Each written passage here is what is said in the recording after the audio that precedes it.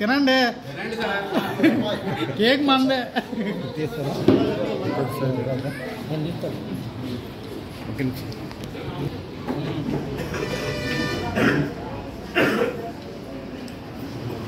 Welfare party అధ్యక్షుడు శోభన్ గారికి welfare గారికి okay Abdul Subhan welfare party of India రాష్ట్ర అధ్యక్షుడిని. నా ఎడం వైపున APCR association for protection of civil rights రాష్ట్ర అధ్యక్షులు పిచ్చుకా శ్రీనివాస్ గారు ఉన్నారు. దివ్యాంగుల యొక్క హక్కుల కోసంగా కోర్టులో పిల్ కూడా వేసి ఉన్నారు వాళ్ళ యొక్క రైట్స్ మీద. అటువైపున సుబ్బాయమ్మ గారు ఉన్నారు, వారు దివ్యాంగుల సంఘంలో పనిచేస్తున్నారు. నా కుడివైపున మక్బూల్ గారు ఉన్నారు, వెల్ఫేర్ పార్టీ ఆఫ్ ఇండియా రాష్ట్ర కోశాధికారి. అట్లాగే హరికృష్ణ గారు ఉన్నారు. తర్వాత దివ్యాంగుల యొక్క నాయకులు పీడబ్ల్యూడి నాయకులు ఉన్నారు. దాదాపుగా ఈరోజు 100 మంది దివ్యాంగులు ఇక్కడ పత్రికా సమావేశం ద్వారా రాష్ట్ర ప్రభుత్వాన్ని కొన్ని డిమాండ్స్ పెట్టదలుచుకున్నారు. డిసెంబర్ 3వ తేదీన అంతర్జాతీయ దివ్యాంగుల దినోత్సవ సందర్భంగా ముందస్తుగానే తూతూ మంత్రంగా ప్రభుత్వాలు ఆ దినాన్ని గడిపేస్తున్నాయి. ఏదో 4 ట్రే సైకిల్లో లేకపోతే వాళ్ళ పెద్ద భోజనాలు చికెన్లో మటన్లో పెట్టేసి పంపించేస్తున్నారని కాకుండా వాళ్లకు రాజ్యాంగబద్ధంగా చట్టబద్ధంగా రావాల్సినటువంటి హక్కులను మాకు అందజేయాలి అనేటువంటి ఆ డిమాండ్ కోసంగా ఇక్కడ వాళ్ళు ఈరోజు సమావేశం అయ్యారు. అందులో ప్రధానమైంది రాజకీయంగా జైపాల్ రెడ్డి గారు రాజకీయాలలో ఆయన దివ్యాంగులుగానే ఉన్నారు. ఎంతటి సమర్థవంతంగా ఆయన తన కార్యక్రమాలను నిర్వహించాడో మనకు తెలుసు. గతంలో ఆంగ్లో ఇండియన్స్కి కోటా ఉండేది, ఇప్పుడు ఆ ఆంగ్లో ఇండియన్స్ కోటా తీసేశారు. ఆ ఆంగ్లో ఇండియన్స్ కోటాలో దివ్యాంగులను గవర్నర్లు, రాష్ట్రపతులు రాజ్యాంగ చట్టసభల్లోకి పంపించాలి, దానికి అవసరమైన చట్టాలు చేయాలని చెప్పి ప్రధానమైనటువంటి ఈరోజు మేము డిమాండ్ చేస్తున్నాం. వాళ్లకు రాజ్యాంగపరంగా రాజకీయ పరంగా చట్టసభల్లో హక్కు లేకపోతే, అక్కడ వాళ్ళ ప్రతినిధులు లేకపోతే వాళ్ళ హక్కులు నెరవేరవు. దాదాపుగా 21 రకాలైనటువంటి దివ్యాంగులు ఉన్నారు, డిఫరెంట్ ఆఫ్ ఉన్నారు. 16 రకాల వాళ్ళకు పథకాలు కూడా గవర్నమెంట్ అందజేస్తూ ఉంది. అయితే ఇందులో నిబద్ధతా పరంగా చెల్లించడం అనేది జరగడం లేదు. 4% రిజర్వేషన్లు వాళ్లకు ప్రభుత్వ ఉద్యోగాల్లో ఉండాలి. అట్లాగే ప్రభుత్వేతర సంస్థలు ఏవైతే ఉన్నాయో, ఫర్ ఎగ్జాంపుల్ డీమార్ట్ ఉంది, అట్లాగే మోర్ ఉంది, రిలయన్స్ ఉన్నాయి, అందులో కూడా 5% దివ్యాంగులను ఉద్యోగులుగా చేర్చుకోవాలి. అలా చేర్చుకోకపోతే ఇది చట్టం, ఇది అలా చేర్చుకోని వారి మీద 50,000 60,000 రూపాయలు జుల్మానా వేసినటువంటి సందర్భాలు కూడా ఉన్నాయి. ఒక్కడు కూడా చేర్చుకోవడం లేదు. అలా చేర్చుకోవాలి అని మేము డిమాండ్ చేస్తున్నాం. ఈ సందర్భంగా ప్రభుత్వాలు దాని మీద దృష్టి పెట్టాలి. అట్లాగే ఉన్నాయో అంటే వ్యాపార సముదాయాలు, కూడళ్లు ఏవైతే ఉన్నాయో అందులో కూడా 5% రిజర్వేషన్లు వాళ్లకు ఉన్నాయి. ఆ 5% రిజర్వేషన్లు కూడా అందులో వాళ్ళు తప్పనిసరిగా అమలు జరపాలి అని చెప్పి ఈ సందర్భంగా మేము డిమాండ్ చేస్తున్నాం. ఇంకా గతంలో బిఎస్ఎన్ఎల్ అనేటువంటి ఐఎస్టీడీ ఎస్టీడీ బూతులు ఉండేవి. ఇప్పుడు ఈ సెల్ ఫోన్లు వచ్చేసిన తర్వాత దాదాపుగా అవన్నీ కూడా నిర్వీర్యం అయిపోయినాయి. మరి వాళ్లకు ఎటువంటి ఏదైనా విజయ పాలు లాంటివి ఎక్కడైతే ప్లాట్ఫామ్స్ మీద స్పేషియస్గా ఉండే ప్లాట్ఫామ్స్ మీద సినిమా హాళ్ళ దగ్గర వాళ్ళ కోసంగా సపరేట్గా కొన్ని బూతులు, వ్యాపారమైనటువంటి బంకులని అది లిట్ క్యాప్ ద్వారా ఇస్తారా, లేకపోతే మీ అసోసియేషన్ ఏదైతే ఉందో దాని ద్వారా ఇస్తారా, అటువంటి వాటి ద్వారా వాళ్లకు తప్పనిసరిగా వాళ్ళ యొక్క హక్కులను నెరవేర్చాలి. రెండోది, కొంతమంది అసలు నడవలేని దివ్యాంగులు ఉంటారు, 2 కాళ్ళు 2 చేతులు కూడా ఉండవు. వాళ్ళకు ఒక అటెండెంట్ అవసరం అవుతుంది. 24 గంటల సేపు అతనికి మాత్రమే పని చేయలేకపోగా అతని అటెండెంట్ కూడా పని చేయలేని పరిస్థితుల్లో ఉంటాడు. వాళ్ళకి ఎవరు ఇవ్వాలి? మీరు 6,000 రూపాయలు, 10,000 రూపాయలు, 15,000 రూపాయలు మీకు అవసరమైన వాళ్ళకి ఇస్తా ఉన్నప్పుడు అటువంటి పరిస్థితుల్లో అతన్ని కూడా ఆ దివ్యాంగుల అటెండెంట్గా భావించి తప్పనిసరిగా అతనికి 10,000 రూపాయలు కనీసం ప్లస్ దివ్యాంగులకు ఇచ్చేటువంటిది వాళ్లకు అందజేయాలని చెప్పి సందర్భంగా మేము డిమాండ్ చేస్తున్నాం. ఈ మధ్యలో చాలా రకాలైనటువంటి దొంగ దివ్యాంగుల సర్టిఫికేట్స్ పొంది కూడా చాలామంది లబ్ధి పొందుతున్నారు. వాటిలన్నింటినీ కూడా చెక్ చేసి తీసేస్తున్నారు చంద్రబాబు నాయుడు గారు. కానీ మేము ప్రధానంగా డిమాండ్ చేసేది 50% మించిన అవయలోపాలు ఉన్నటువంటి వాళ్ళకి, దివ్యాంగులకి ఒక వ్యక్తి సంపూర్ణ సేవకు అవసరం కాబట్టి ఆ వ్యక్తిని కూడా ఉద్యోగిగా భావించవలసి ఉంటుంది. అట్లాగే రాజకీయ రిజర్వేషన్ల కోసంగా కూడా తప్పనిసరిగా గవర్నర్ల ద్వారా, రాష్ట్రపతి ద్వారా వాళ్లకు కనీసంగా ఇటు ఎమ్మెల్సీలోను అటు రాజ్యసభ ఎంపీలోను వాళ్ళు తప్పనిసరిగా వాళ్ళ యొక్క రిప్రజెంటేటివ్స్ ఉంటేనే వాళ్లకు రాజ్యాంగబద్ధమైన హక్కులు చెల్లబడతాయి. ఈ విషయాన్ని కూడా మేము చాలా స్పష్టంగా డిమాండ్ చేస్తున్నాము. ఈ విషయం మీద గత ప్రభుత్వం చంద్రబాబు నాయుడు గారు దీన్ని కాస్త దృష్టి పెడతారని అనుకుంటున్నాము. గత ప్రభుత్వం జగన్మోహన్ రెడ్డి గారు సచివాలయ వ్యవస్థ పెట్టారు. సచివాలయ వ్యవస్థలో సెక్రటరీస్ని ఏర్పాటు చేశారు. ఆ సెక్రటరీస్లో 4% రిజర్వేషన్ వాళ్ళు పాటించారా లేదా అనేటువంటిది అనుమానం. మనం పిల్లేసాం, ఆర్టీఐ వేశాం, ఇంతమందిని మేము చేర్చామని చెప్పి ఇప్పటిదాకా వాళ్ళు మాట్లాడలేదు.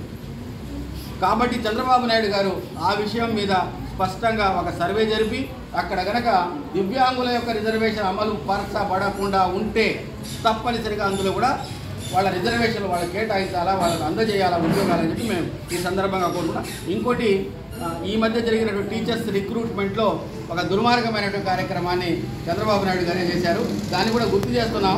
అయ్యా, దివ్యాంగుల రిజర్వేషన్ని దివ్యాంగుడు ముస్లిం అయితే ముస్లిం రిజర్వేషన్లో కలిపేశారు. ఆ దివ్యాంగుడు ఎస్సీ అయితే ఎస్సీ రిజర్వేషన్లో కలిపేశారు. ఆ దివ్యాంగుడు బీసీ, ఏబిసిడి అయితే అందులో కలిపేశారు. అట్లా కాకుండా ఈడబ్ల్యూఎస్ సర్టిఫికేట్ ద్వారా 10% రిజర్వేషన్లు ఏ విధంగా అయితే అందరికీ కల్పిస్తున్నారో అదేవిధంగా దివ్యాంగులకు యొక్క 4% రిజర్వేషన్ వాళ్ళకు సపరేట్గా కల్పించాలి. ఎవడైనా దివ్యాంగుడు ఖచ్చితంగా మెరిట్లో వస్తే వాళ్లకు మెరిట్ షీట్ల ద్వారా వాళ్ళకి కేటాయించాలి. ఇది తర్వాత మానవతా దృష్టిలో సమాజంలో ఇటు కుటుంబాలు కూడా ఇటు వ్యవస్థ కూడా వాళ్ళ పట్ల చాలా, ఈ మధ్యనే సుప్రీంకోర్టు కూడా కఠినంగా వాళ్ళ దివ్యాంగాన్ని కనుక ఎత్తి చూపించే పని కఠినంగా శిక్షించాలనేటువంటి కోర్టు జడ్జిమెంట్ కూడా ఇచ్చింది. కోర్టు జడ్జిమెంట్లు ఎన్ని వచ్చినప్పటికీ కూడా సమాజంలో వాళ్ళ పట్ల సానుకూలత ఉండాలి. భిక్షాటన చేయడం తప్ప వేరే మార్గం ఉండదు. కాబట్టి ఇటు సమాజము, ఇటు ప్రభుత్వము, ఇటు రాజకీయ వ్యవస్థ అందరూ కూడా న్యాయ వ్యవస్థ సహకారం అందించినప్పుడు మాత్రమే దివ్యాంగుల యొక్క హక్కులు నెరవేరబడతాయి.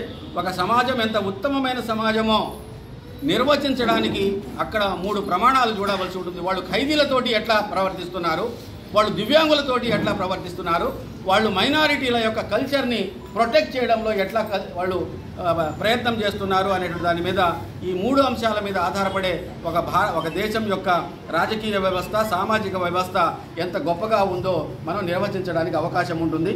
వెల్ఫేర్ పార్టీ ఆఫ్ ఇండియా గతంలో కూడా వాళ్ళ సమావేశానికి పూర్తి స్థాయిలో సహకరించింది. ఈనాడు ఈ డిమాండ్ని కూడా మేము తప్పనిసరిగా నెరవేర్చాలని చెప్పి రాష్ట్ర ప్రభుత్వాన్ని కోరుతున్నాం.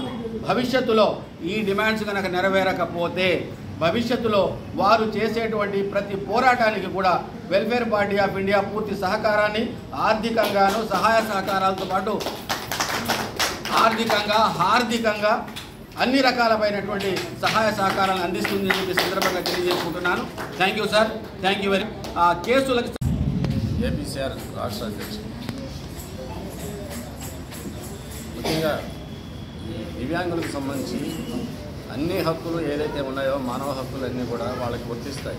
కాబట్టి తోటి మానవులందరూ కూడా దానికి సంబంధించింది వాళ్ళు మానవుల హక్కులు ఉన్నాయని చెప్పేసి గుర్తించాల్సిన అవసరం ఉందని చెప్పేసి సుప్రీంకోర్టు జడ్జిమెంట్లో ఎవరైతే ఉన్నారో బయట ఉన్న సమాజంలో ఉన్న వాళ్ళ మైండ్ సెట్ మార్చుకొని వాళ్ళని గుర్తించి వాళ్ళతో పాటు తీసుకురావాల్సిన బాధ్యత ఉందని చెప్పారు.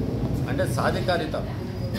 పోయినసారి 2024లో దీనికి సంబంధించి డిసెంబర్ 3న ప్రతిజ్ఞ చేసింది ఏంటంటే సాధికారిత అంటే లీడర్షిప్ క్వాలిటీస్ని వీళ్ళలో కూడా పెంచి దాన్ని స్థిరపరచడము, దానితోటి దేశ అభివృద్ధిలో వాళ్ళని భాగం చేయడం.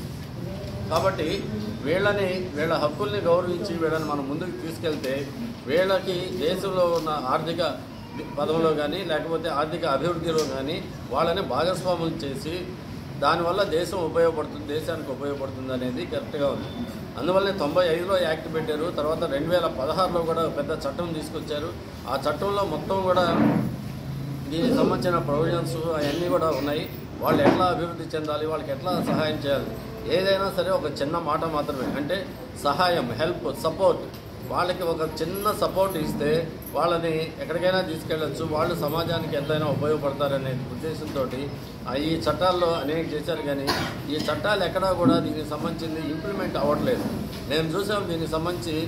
అందువల్ల మేము హైకోర్టులో బిల్లు ఎందుకు వేసామంటే ఇవన్నీ కూడా, ఈ సమస్యలన్నీ కూడా బయటికి రావాలని చెప్పేసి ఆంధ్రప్రదేశ్ హైకోర్టులో ఈ అసోసియేషన్ ద్వారా బిల్లు వేయడం జరిగింది. దాంట్లో ముఖ్యంగా ఏంటంటే 2019లో ఈ ఇందాక చెప్పినట్లుగా ఈ గ్రామ సచివాలయానికి సంబంధించిన సెక్రటరీ పోస్టులు ఇవి అన్నీ కూడా ఉన్నాయి. వాటన్నిటికీ ఎందుకంటే ఏదైనా సరే ఉపాధి కల్పనతోనే ఏదైనా అభివృద్ధి చెందుతుంది కాబట్టి ఉద్యోగం, ఉపాధి కల్పన ఉండాలి. కాబట్టి దానికి సంబంధించిన క్లియర్గా ప్రొవిజన్స్ అన్నింటిలో కూడా 3% ఇవ్వాలని, తర్వాత దాన్ని 4% రిజర్వేషన్ పెంచుతూ చేశారు. కానీ వాస్తవం ఏమిటంటే నోటిఫికేషన్లో కొన్ని నోటిఫికేషన్స్లో వీళ్ళకి ఎంత పర్సంటేజ్ అని ఇస్తున్నారు. కానీ కొన్ని నోటిఫికేషన్స్లో పబ్లిక్ సర్వీస్ కమిషన్ కానీ మిగతా వాటిలో కొన్నిట్లో వాళ్ళకి ఏ నోటిఫికేషన్లో ఎక్కడా కూడా వాళ్ళకి ఇంత పర్సంటేజ్ అని ఇవ్వట్లేదు, అన్నింటిలో కూడా కలిపే ఇస్తున్నారు. ఎక్కడైతే పర్సంటేజ్ ఇచ్చారో అక్కడ నిజంగానే భర్తీ అవుతున్నాయా లేదా, ఖాళీలు పూర్తి అవుతున్నాయా లేదా అనేది ఎక్కడా కూడా లేదు. కానీ ప్రభుత్వం అయితే తన కౌంటర్లో కానీ వాదనలో కానీ మేము మొత్తం 4% రిజర్వేషన్ ఇచ్చేసాము, 4% రిజర్వేషన్ అమలు చేస్తున్నాము, చట్టం ప్రకారం చేస్తున్నాము. అలాగే కమిషన్ ఏదైతే దీనికి ఒక కమిషన్ కూడా ఉంది, ఎస్సీ ఎస్టీ కమిషన్కి ఎలా ఉందో అలాగే దివ్యాంగులకు సంబంధించి కూడా ఒక కమిషన్ ఉంది. వాళ్ళు మొత్తం కూడా ఈ సమస్యలన్నీ కూడా పరిశీలించాలి, వాటన్నిటికీ రికమెండేషన్ చేయాలి, గవర్నమెంట్కి పంపించాలి. అయితే వాళ్ళు కూడా మొత్తం కూడా ఇవన్నీ కూడా చూసి ఈ మొత్తం అన్ని డిపార్ట్మెంట్లకు కూడా వాళ్ళు లెటర్స్ రాయడం జరిగింది. వాటిల్లో ఎక్కడెక్కడ ఖాళీలు ఉన్నాయి, ఎక్కడెక్కడ మీరు పూరించారు, మొత్తం ఎట్లా భర్తీ చేశారు ఏంటి చెప్పమంటే ఏ డిపార్ట్మెంట్ కూడా సరైన వివరాలు ఇవ్వలేదు. అదే రిపోర్ట్ తీసుకొచ్చి హైకోర్టులో కూడా అదే ఫైల్ చేశారు. నేను చూసింది ఏంటంటే 4% రిజర్వేషన్ ఉంది కానీ దాన్ని ఎక్కడా కూడా భర్తీ చేయట్లేదు, ఆ ఖాళీ అట్లాగే ఉంటుంది. దాంట్లో కూడా ఉంటుంది ఏంటంటే ఇవాళ ఈ సంవత్సరం ఖాళీ అది ఉంటే ఎవరు కూడా అర్హులు కాకపోతే నెక్స్ట్ ఇయర్ మళ్ళీ వాళ్ళని తీసుకోవాలి, ఆ నెక్స్ట్ ఇయర్ వాళ్ళని తీసుకోవాలి. అలాగా దాంట్లో తీసుకొని దాంట్లోనే ఈ 5 కేటగిరీస్ ఉంటే ఆ 5 కేటగిరీస్లో వాళ్ళకి సంబంధించి వాళ్ళకి వీటిని ఇవ్వాలి.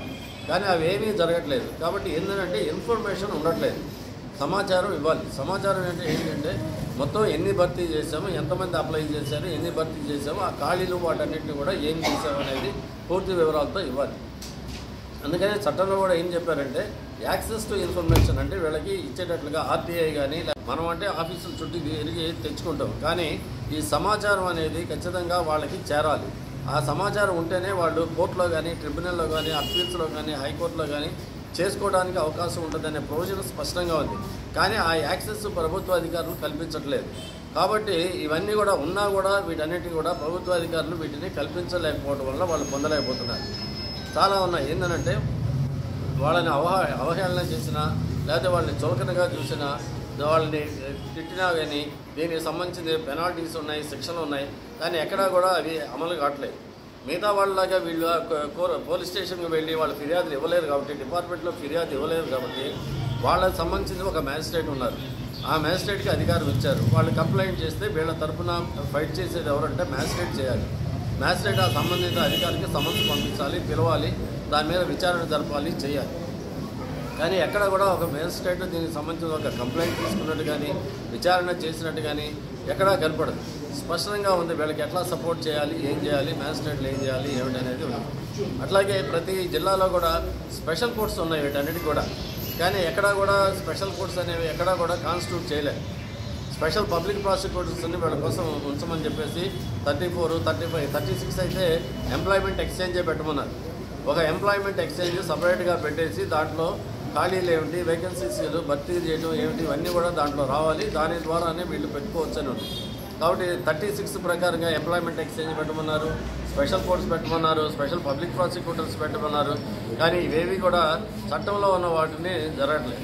కాబట్టి December 3న ఏదో ఒక ఉత్సవంలాగా జరుపుకొని దానికి సంబంధించిన మేము యాక్ట్లో అన్నీ కూడా అమలు చేసాము, రిజర్వేషన్స్ ఇస్తున్నాము అంటే కాదు. కాబట్టి ఈరోజు మేము ప్రభుత్వానికి దానికి సంబంధించిన డిక్లరేషన్ అవన్నీ కూడా చేసి ఎక్కడెక్కడ అమలు కావట్లేదు ఏమిటి అనేది గవర్నమెంట్ దృష్టికి తీసుకొస్తున్నాము. దాని ప్రకారంగా వీళ్ళు మొత్తం కూడా ఈ ప్రమోషన్స్ కానీ, రూల్ ఆఫ్ రిజర్వేషన్స్ కానీ, దీనికి సంబంధించింది కానీ, అట్లాగే ఎక్కడైనా సరే నేరాలు జరిగినప్పుడు ఇండియన్ పెనల్ కోడ్కి సంబంధించిన నేరాలు కానీ, దీంట్లో యాక్ట్లో పెట్టిన నేరాలు కానీ వీటన్నింటినీ కూడా కోర్టులు మ్యాజిస్ట్రేట్లు వీళ్ళ అధికారాలు ఉన్నాయి కాబట్టి చేయాలి. అలాగే కమిషన్ కూడా ఉంది. కమిషన్ కూడా స్వతంత్రంగా వ్యవహరించి దానికి సంబంధించి కూడా చొరవ తీసుకొని చేయాల్సిన అవసరం ఎంతైనా ఉంది.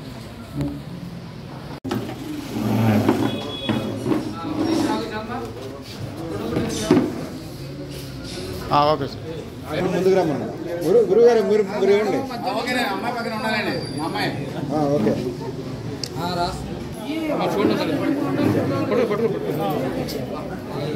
రండి, చాలా లేట్ అయిపోయారు.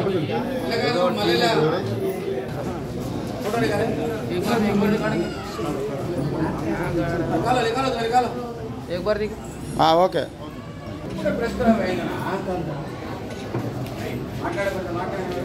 Okay sir.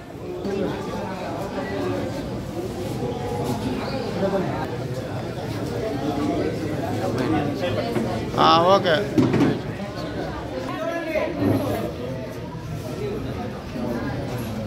Okay. Okay.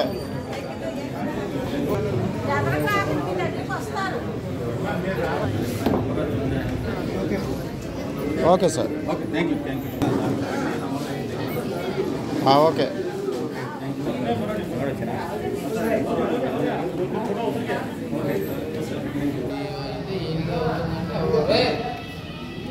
Okay sir.